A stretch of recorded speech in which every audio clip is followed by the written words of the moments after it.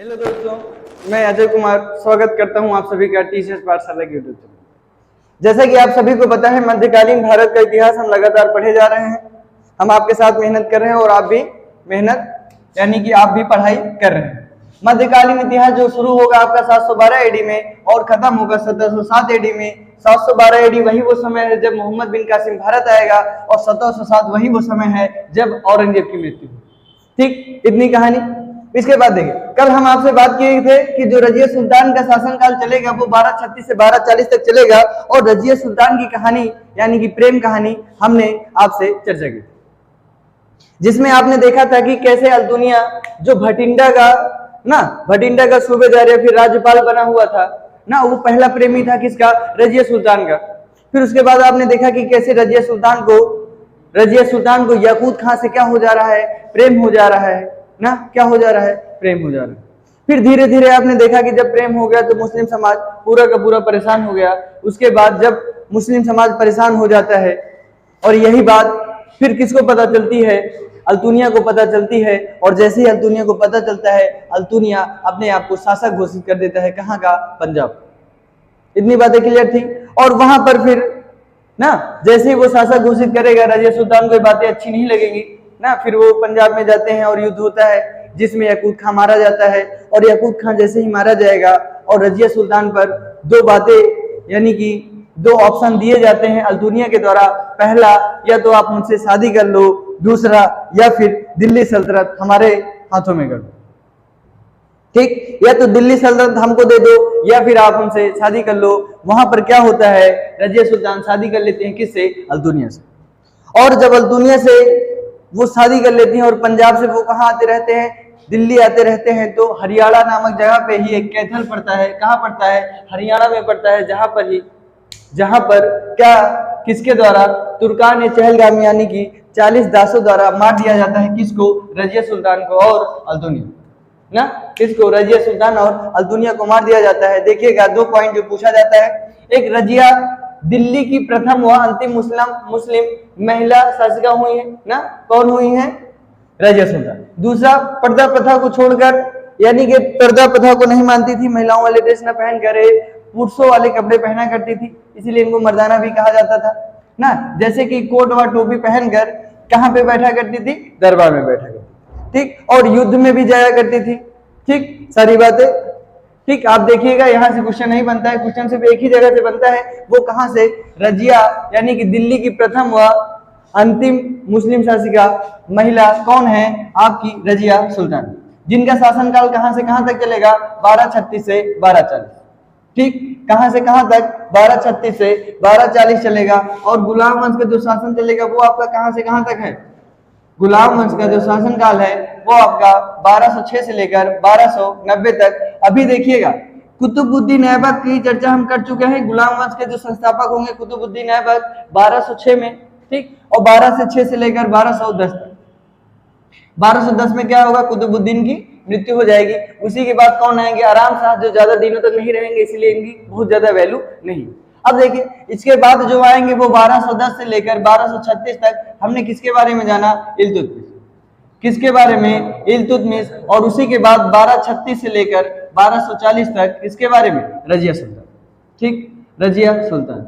ठीक, देखिए, गुलाम वंश आज आपका खत्म हो जाएगा।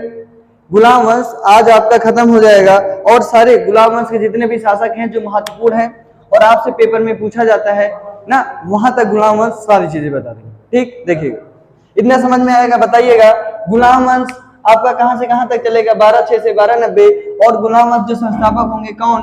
ऐबक होंगे। कौन? ऐबक होंगे। और 1206 से 1210 तक कौन? ऐबक रहेंगे। 1210 से 1236 इल्तुतमिश और 1236 से 1240 कौन रहेगा? रजिया सुल्तान। कौन रहेंगे? रजिया सुल्तान। अब आगे की कहानी देखते हैं कि रजिया सुल्तान के बाद कौन है जो शासन पे आएगा। ठीक, ऐसा कौन है जो अब शासन करने के लिए गुलाम वंश में आएगा? ठीक, अब हम उनकी चर्चा करते हैं। ठीक, रजिया सुल्तान की मृत्यु हो जा रही है कब? रजिया सुल्तान की मृत्यु हो जा रही है कब? 1240 में। कहाँ हो रहा है? कैथल में। कैथल कहाँ है आपका? हरियाणा में। कैथल कहाँ है आपका? हरियाणा में है। और यहीं पर मृत्यु हो जा रही है, यानी कि तुर्कान चहलगामी द्वारा मार दिया। ठीक, क्या कर दिया जा रहा है? मार दिया जा रहा है। मार दिया जा रहा है तो अब आप देखोगे कि रजिया सुल्तान का ही एक भाई है जिसका नाम है बहराम शाह। ठीक, रजिया सुल्तान के ही एक भाई हैं ना जिनका नाम क्या है? बहराम शाह। रजिया सुल्तान के ही एक भाई हैं जिनका नाम क्या है? बहराम शाह, और जिनका शासनकाल चलेगा 1240 से लेकर 1242। रजिया सुल्तान के ही एक भाई हैं बहराम शाह जिनका शासन चलेगा 1240 से लेकर 1242 तक। ठीक, बहराम शाह कौन है? रजिया सुल्तान के भाई हैं जिनका शासनकाल चलेगा 1240 से 1242। बहुत इससे पूछा नहीं जाता है, इसीलिए इसमें बहुत चर्चा करने योग्य कुछ है नहीं ना। कैसा ये जो व्यक्ति है, जो शासक है, कैसा है? अयोग्य ना, यानी कि इसके अंदर योग्यता नहीं है। ठीक, इसके अंदर योग्यता नहीं है और ये कैसा है? कमजोर है और अयोग्य है, इसीलिए और बहुत ज्यादा कुछ काम भी नहीं किया और पेपर में पूछा नहीं जाता है, कुछ नहीं पूछा जाता। ठीक, किसके बारे में? बहराम शाह। बहराम शाह कौन है? रजिया सुल्तान का भाई, रजिया सुल्तान का भाई है। आगे देखिएगा, अब जो शासन चलेगा 1242 तक, और 1242 के बाद आप देखिएगा एक व्यक्ति और आएंगे, उनका नाम होगा अलाउद्दीन मशहूर शाह। ठीक, एक व्यक्ति और आएंगे जिनका नाम क्या होगा? अलाउद्दीन मशहूर शाह। ठीक, बहराम शाह की मृत्यु 1242 में हो जाएगी। इसी के बाद जो व्यक्ति आएंगे वो कौन होंगे? अलाउद्दीन मशहूर शाह। अलाउद्दीन मशहूर शाह, इनका जो शासनकाल चलेगा वो चलेगा 1200 यानी कि 1242 से लेकर ना, कहां से? 1242 से लेकर 1246 तक ना, कहां से कहां तक? 1242 से लेकर 1246 तक। ठीक, 1242 से लेकर 1246 तक जो शासन चलेगा अलाउद्दीन मशहूर शाह का चलेगा। इनके भी बारे में बहुत पेपर में नहीं पूछा जाता है ना, और इनके द्वारा कुछ ऐसे काम भी नहीं किए गए हैं जो आपके बताने होंगे ना। ऐसे शासक हैं जो थोड़ा कमजोर है, अयोग्य है, योग्यता नहीं है। ठीक ठीक, देखिए अब देखिए ये जो रजिया सुल्तान के भाई हैं, छोटे वाले भाई हैं आराम से ना। ठीक, आगे देखिए अलाउद्दीन मशहूर शाह 1242 से 1246। अब देखिए जो शासन करने के लिए आएंगे, अब जो शासन करने के लिए आएंगे वो होंगे नासिरुद्दीन मशहूर शाह। ठीक, अब जो शासन करने के लिए आएंगे वो कौन होंगे? नासिरुद्दीन मशहूर शाह। नासिरुद्दीन मशहूर शाह जिनका शासनकाल चलेगा 1246 से लेकर 1266 तक ना। इनका शासनकाल कब से कब तक चलेगा? 1246 से लेकर 1266 तक चलेगा। किसका? नासिरुद्दीन मशहूर शाह। यहां से क्वेश्चन बनते हैं, नासिरुद्दीन मशहूर शाह से क्वेश्चन बनते हैं। जैसे कि इन्हीं से एक क्वेश्चन पूछा गया था कि भैया टोपी सीकर जीवन का निर्वाह करने वाला शासक, टोपी सीकर जीवन का निर्वाह करने वाला शासक कौन है? तो वो है नासिरुद्दीन मशहूर शाह। नासिरुद्दीन मशहूर शाह 1246 में शासक बनते हैं। लेकिन देखिए राजा आदमी है लेकिन फिर भी दर्जी बना हुआ है। टोपी सीकर क्या कर रहा है? अपने जीवन का निर्वाह कर। ठीक, अगर आप ऐसा कुछ सोच रहे हो कि टोपी सीकर अपने जीवन के निर्वाह कर रहा है यानी कि अच्छा खासा शासक नहीं हो सकता, कोई ना कोई तो होगा जो उस राज्य को चला रहा होगा ना, या फिर दिल्ली सल्तनत को चला रहा होगा। यानी कि आप समझिए नासिरुद्दीन के ही एक वजीर हैं, नासिरुद्दीन के ही एक वजीर हैं जिनका नाम है बलबन। क्या नाम है? बलबन। बलबन की कहानी आज हम सारी जानेंगे और पूरी कहानी बलबन की जानेंगे, कौन सी नीति इनके द्वारा लाई गई है जो अधिकांश पेपर में पूछे जाते। ठीक, इन्हीं के वजीर हैं। नासिरुद्दीन ने क्या किया? वजीर यानी कि सेनापति, ठीक, किसको बनाया है? बलबन को। और बलबन क्या करते हैं? अपनी बेटी की शादी कर देते हैं। बलबन क्या करते हैं? अपनी बेटी की क्या कर देते हैं? शादी कर देते हैं। किससे? नासिरुद्दीन से ना। अपनी बेटी की शादी बलबन क्या करता है? बलबन की एक बेटी है, ठीक, वो अपनी बेटी की शादी किससे कर दे रहे हैं? नासिरुद्दीन से। किससे? नासिरुद्दीन से। ठीक, अब क्या है? नासिरुद्दीन से शादी कर देते हैं, वजीर भी हैं इनके। तब क्या होगा?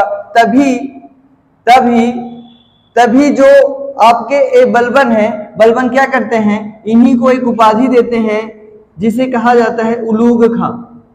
उलूग खां की उपाधि, और आपसे प्रश्न में बार बार पूछा जाता है कि भैया उलूग खां की उपाधि किसके द्वारा दी गई थी। आपसे प्रश्न बार बार पूछा जाता है कि जो उलूग खां की उपाधि है वो किसके द्वारा दी गई थी। तो किसके द्वारा दी गई थी? बलबन के द्वारा दी गई थी। कब? जब बलबन ने अपनी बेटी की शादी किससे करवा दी थी? नासिरुद्दीन मसूद शाह, जिसका शासनकाल चलेगा 1246 से लेकर 1266। ठीक, 1246 से लेकर 1266 तक जो शासन चलेगा किसका चलेगा? नासिरुद्दीन मसूद शाह का चलेगा। और प्रश्न आपसे पूछा जाएगा, सीजीएल में भी पूछा गया है और एमटीएस में भी पूछा गया है। क्वेश्चन है कि टोपी सीकर अपने जीवन का निर्वाह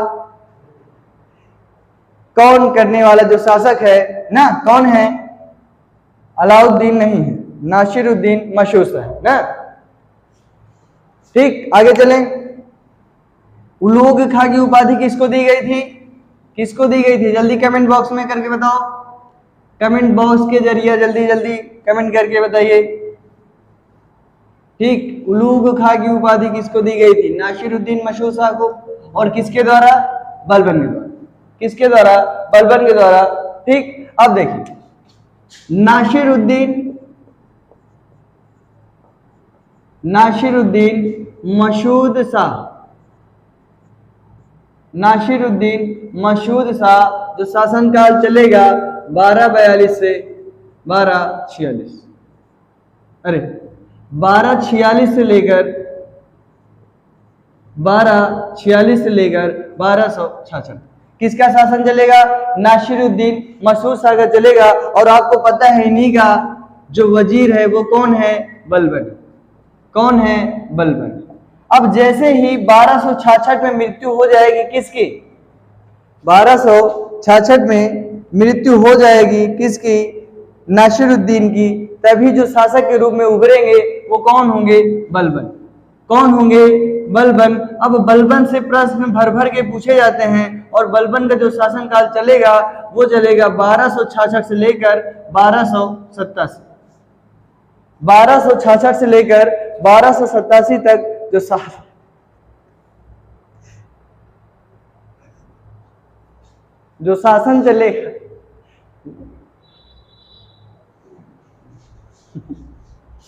शासन चलेगा वो चलेगा किसका? बलबन। कब से कब तक? 1266 से लेकर 1287। ठीक, वजीर हैं बलबन किसके? नासिरुद्दीन मसूद शाह के। और अपनी टोपी यानी कि टोपी सीकर अपने जीवन का जो निर्वाह कर रहे हैं वो कौन कर रहे हैं? नासिरुद्दीन मसूद शाह। ठीक, आगे चलें। अब देखिए, अब बलबन द्वारा कुछ काम किए जाएंगे। अब क्या होगा? अब बलबन द्वारा जो काम किए जाएंगे, अब वो देखेंगे कि बलबन जो शासक है वो अच्छा भी है लेकिन दुष्ट टाइप का भी व्यक्ति है। ठीक, कैसा है? अच्छा भी है और दुष्ट टाइप का व्यक्ति है। समझिएगा समझिएगा इस शासक को ना। इसके द्वारा जो भी काम किए गए हैं वो पूछे जाते हैं ना। बलबन द्वारा जो भी काम किए गए हैं वो पूछा जाता है। और देखिएगा जो बलबन है इनका जो शासनकाल चलेगा वो चलेगा 1266 से लेकर 1287। 1266 से लेकर 1287 तक जो शासन चलेगा बलबन का चलेगा। और अब समझिएगा बलबन द्वारा कौन कौन से काम किए जाए।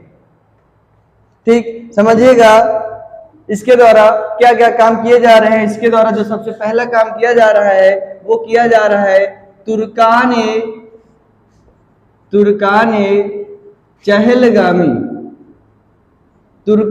चहलगामी को समाप्त किया जा रहा है। और किसके द्वारा किया जा रहा है?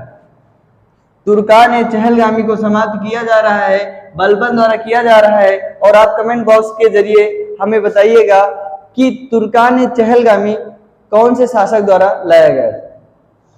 कौन से शासक के द्वारा तुर्कान चहलगामी को लाया गया था? कमेंट करके जरूर।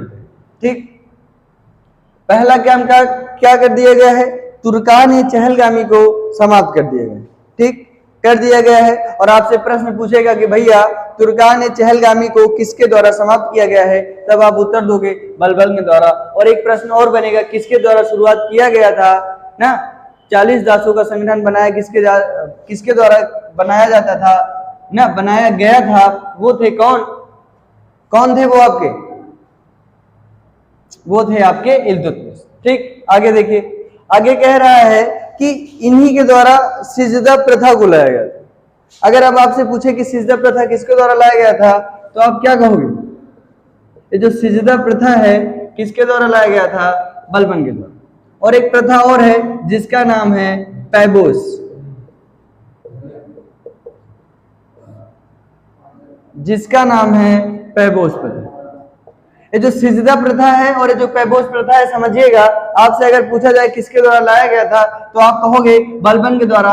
अब आप समझिए कि सिजदा प्रथा होता क्या है ना। सिजदा प्रथा किसके द्वारा लाया गया था? बलबन द्वारा लाया गया था। लेकिन सिजदा प्रथा है क्या, समझिए, घुटने के बल बैठकर ना, घुटने के बल बैठकर आप क्या करोगे? सिर झुकाओगे ना। घुटने के बल बैठकर सिर झुकाना ही आपका क्या होगा? सिजदा प्रथा। यानी कि राजा साहब आए हैं तो घुटने के बल बैठकर आप क्या करोगे? उन्हें प्रणाम करोगे। कैसे? सिर झुकाकर। उसी को आप क्या कहोगे? सिजदा प्रथा। और सिजदा प्रथा किसके द्वारा लाया गया था? बलबन के द्वारा। ठीक, इनका पूरा नाम गयासुद्दीन बलबन ना। ठीक, किसके द्वारा? बलबन के द्वारा। दूसरा काम क्या था? पैबोस प्रथा। क्या? पैबोस प्रथा। पैबोस प्रथा क्या कहता है कि पेट के बल लेटकर ना, पेट के बल लेटकर ना पैरों को चूमना, यानी कि पैरों को चूमना, ये आपका क्या होगा? पैबोस प्रथा। ठीक, पहला सिजदा प्रथा किसके द्वारा लाया गया था? बलबन के द्वारा लाया गया था। दूसरा पैबोस प्रथा किसके द्वारा लाया गया था? वो भी बलबन के द्वारा लाया गया था। और तुर्कान चहलगामी को किसके द्वारा समाप्त किया गया था? किसके द्वारा समाप्त किया गया था? बलबन के द्वारा। पैबोस प्रथा क्या है? पेट के बल लेटकर ना पैरों को चूमना, यानी कि राजा साहब के पैरों को ही चूमना, आपका क्या होगा? पैबोस प्रथा।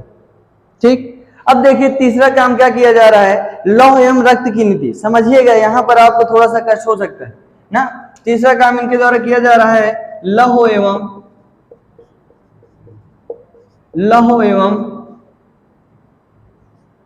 रक्त की नीति।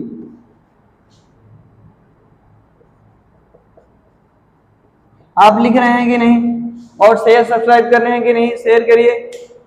शेयर कर रही हैं कि नहीं? शेयर करते जाइए, लाइक भी करिए ना, और चैनल को सब्सक्राइब करते रहिए। ठीक, शेयर करना बहुत जरूरी है। ठीक, लौह एवं रक्त की नीति समझिएगा। देखिए, लौह एवं जो रक्त की नीति है ना, क्या होता है कि बंगाल में विद्रोह हो जाता है। बंगाल में क्या होता है? विद्रोह हो जाता है। ठीक, बंगाल में क्या होता है? विद्रोह हो जाता है बंगाल के लोगों के द्वारा। किसके प्रति? बलबन के प्रति। तो बलबन क्या करता है? अपना एक सेनापति भेजता है। ठीक, बलबन अपना एक सेनापति भेजता है कहाँ? बंगाल। और बंगाल जाता है तो विद्रोह को वो समझ नहीं पाता, यानी कि वो हार कर चला आता है। विद्रोह से हार कर चला आता है, तो जिससे क्या होता है? ये जो बलबन होता है ना, बलबन उस सेनापति को ना, जिस सेनापति को भेजा रहता है, उस सेनापति को और सेनापति के साथ साथ उसके घर परिवार वालों को और उसके परिवार वालों को भी साथ में कोल्हू में क्या कर देता है? साथ में कोल्हू में ले जाके उसको क्या कर देता है? पिरवा देता है ना। कोल्हू में उसको पिरवा देता है, पूरे परिवार को और सेनापति को। फिर क्या है? बंगाल में विद्रोह अभी हो रहा है, तभी एक दूसरे सेनापति को भेजा जाता है। तभी एक दूसरे सेनापति को भेजा जाता है, और जब भेजा जाता है तो दूसरा सेनापति हार तो जाता है लेकिन वापस नहीं आता। क्या है कि वो जानता है बलबन कैसा है, उसको मरवा देगा, उसके परिवार को मरवा देगा। इसीलिए वो क्या करेगा? वो सेनापति हार तो जाएगा लेकिन बलबन के पास नहीं आएगा, वो भाग जाएगा। क्या होगा? भाग जाएगा। तीसरा क्या होगा? अब क्या है? अब जो बलबन है वो खुद जाएगा। अब जो बलबन है वो खुद बंगाल पहुंचेंगे, और बंगाल पहुंचेंगे तो वहां पर वो क्या करेंगे? वो राजा को यानी कि वो जाएंगे, लड़ाई लड़ेंगे, विद्रोह को संभालेंगे और राजा को बंदी बना लेंगे। और राजा को जैसे ही बंदी बनाएंगे, तुरंत वो कह देंगे कि इस राजा को जो जानता है, यानी कि यहाँ पर साम्राज्य में रह रहे जितने लोग हैं, जो भी राजा को जानते हैं, वो यहाँ पर आ जाएं और हमारे द्वारा अब यहाँ पर कुछ पैसे बांटे जाएंगे ना। हमारे द्वारा यहाँ पर कुछ पैसे बांटे जाएंगे, रुपये बांटे जाएंगे ना, और बांटा जाएगा, जिसके कारण क्या कहा जाता है कि 2000 लोगों की ना, यानी कि 2 किलोमीटर तक एकदम भयंकर वाली लाइन लग जाती है। 2 किलोमीटर तक एकदम लाइन लग जाती है लोगों की। और ऐसा कहा जाता है कि भैया क्या करते हैं, बलबन कहते हैं कि सबके पीछे एक एक खंभा गड़वा दो। बलबन कहते हैं कि सबके पीछे एक एक खंभा गड़वा दो, ठीक। और खंभा गड़वाने के बाद वो कहते हैं कि खंभा गड़वाने के बाद आप उसमें जो लोग खड़े हैं सबके पीछे खंभा गड़वा दो, और तब तक आप उसमें कील ठोकते रहो या फिर सरिया ठोकते रहो जब तक खून ना निकलने ना। मेरे बाल को अब आप बताओगे कि आप शरीर में, और एक तरफ आपका शरीर टच है खंबे से और एक तरफ से आप सरिये से ठोक रहे हो, तो खून निकलेगा कि नहीं? खून निकलेगा कि नहीं दोस्तों ना? वही जो खून निकलेगा, और उसी को क्या कहेंगे, लौह एवं रक्त की नीति, ठीक। लौह एवं रक्त की नीति। और अगर आपसे क्वेश्चन पूछेगा, और अगर अब आपसे क्वेश्चन पूछे कि भैया रक्त एवं लौह की नीति किसके द्वारा लाया गया था, तो आप क्या कहोगे, बलबन के द्वारा। किसके द्वारा? बलबन के द्वारा। इतनी बातें आप लिख लिए हैं, साथ साथ में लिखते चलिए, ठीक। किसके द्वारा? बलबन के द्वारा। और तुर्कान चहलगामी किसके द्वारा समाप्त किया गया था?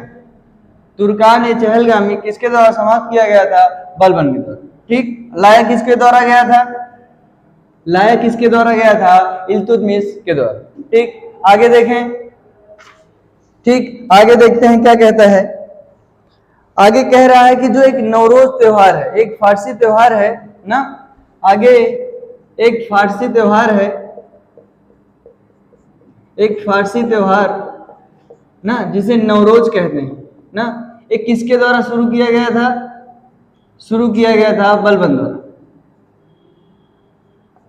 ना। फारसी त्योहार नवरोज शुरू किया गया था बलबन ने ना। और क्या है, एक साल में एक बार मनाया जाता था। और आपसे अगर प्रश्न पूछेगा कि भैया जो नवरोज त्योहार है वो किसके शासनकाल में मनाया जाता था, तो आप क्या कहोगे, बलबन के शासनकाल। किसके शासनकाल में? बलबन के शासनकाल में। और एक पॉइंट और आपसे पूछेगा कि भैया पुत्र वियोग में मरने वाला जो शासक है, पुत्र वियोग में मरने वाला शासक, पुत्र वियोग में मरने वाला जो शासक है उसमें भी किसका नाम आता है? बलबन का। किसका नाम आता है? बलबन में। अपने पुत्र के वियोग में मरे जा रहे हैं ना, इनका पुत्र मर जाता है किसी कारणवश, जिसके याद में क्या है, बलबन खुद ही मर जाते हैं ना, बलबन खुद ही मर जाते हैं। लेकिन आपने देखा कि 2 किलोमीटर के लाइन में लगे व्यक्तियों को सरिये से ठुकवा दिया ना, और सरिये में ठुकवाने के बाद तड़पा के उनको मारा गया। तब ये नहीं मरा, लेकिन खुद का बेटा जब मर जाता है तो इसको क्या होता है, वियोग में क्या मर जाता है ना। कौन मर जाता है? बलबन मर जाता है, ठीक। इतना समझ में आया कि नहीं? अब देखिए, अब गुलाम वंश के एक और व्यक्ति हैं जो अंतिम शासक के रूप में आएंगे, और आपसे पूछा जा सकता है कि भैया गुलाम वंश के अंतिम शासक कौन थे? गुलाम वंश के अंतिम शासक कौन थे ना? जो गुलाम वंश के अंतिम शासक कौन थे? वो थे शमसुद्दीन कैमुर्स। गुलाम वंश के जो अंतिम शासक थे वो शमसुद्दीन कैमुर्स, ठीक। शमसुद्दीन कैमुर्स क्या थे? गुलाम वंश के अंतिम शासक थे, ठीक। अब अगर आपसे पूछा जाए कि लौह एवं रक्त की नीति किसके द्वारा लाई गई थी, तो आप क्या बताओ? बलबन द्वारा। तुर्कान चहलगामी किसके द्वारा खत्म किया गया था? बलबन के द्वारा, ठीक। पैबोज प्रथा किसके द्वारा लाया गया था? बलबन के द्वारा। सिद्ध प्रथा किसके द्वारा लाया गया था? बलबन के द्वारा। समझ में आया कि नहीं? समझ में आया कि नहीं? ठीक, कमेंट करके माध्यम से बताइएगा। अब देखिए, गुलाम वंश का अंतिम शासक जो हुआ कौन है? शमसुद्दीन कैमुर्स हुआ है। अब आप इतना लिख लीजिए, समझ लीजिए, और यहीं से आपका गुलाम वंश खत्म होता है, ठीक। यहीं से आपका अब गुलाम वंश खत्म होता है। और अब जब हम वीडियो में बात करेंगे, वो बात करेंगे खिलजी वंश। अब जब हम कल वीडियो बनाएंगे तो वहां पर हम जो बात करेंगे खिलजी वंश, और जो खिलजी वंश होगा 1290 से लेकर 1320। जैसा कि आप जानते हो कि सबसे कम दिनों तक ना, ऐसा वंश जो सबसे कम दिनों तक शासन करेगा वो कौन होगा? खिलजी वंश, ठीक। लगातार टीचर पाठशाला के यूट्यूब चैनल से आप बने रहिए, सब्सक्राइब करिए, शेयर करिए, बेल आइकन घंटा जरूर दबाइए, ठीक। और आपको अगर कोई परेशानी हो रहा है तो कमेंट भी करिए ना, ठीक। जय हिंद, जय भारत।